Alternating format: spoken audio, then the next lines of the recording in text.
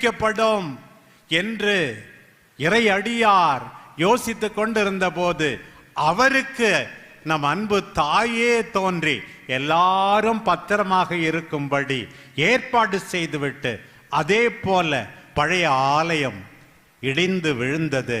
எவ்வளவு புதுமை! எல்லாம் அந்த தாய்தான். பூண்டி பூலோகம் போற்றும் பெருமையான அந்த தாய்.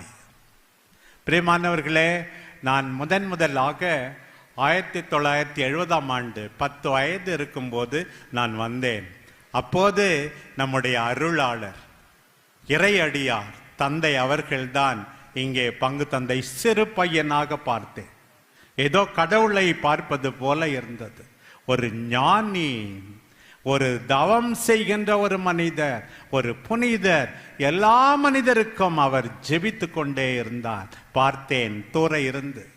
ஒரு விதத்தில் அதெல்லாம் கூட என்னுடைய இறை அழைத்தலுக்கு துணையாய் இருந்திருக்குமோ என்னவோ தெரியவில்லை. எத்தனை புதுமைகள் அன்றையிலிருந்து இன்றைக்கு வரை. இந்த தாயை கொடுத்த இறைவனுக்கு பிரியமானவர்களே, நாம் எல்லாரும் நன்றி கூற வேண்டும். அந்த தாயை இன்றைக்கு மீண்டுமாக ஏற்றுக்கொள்ள வேண்டும். அன்றைக்கு யோவானிடம் ஆண்டவர் சொன்னார், இதோ உன் தாய் என்று.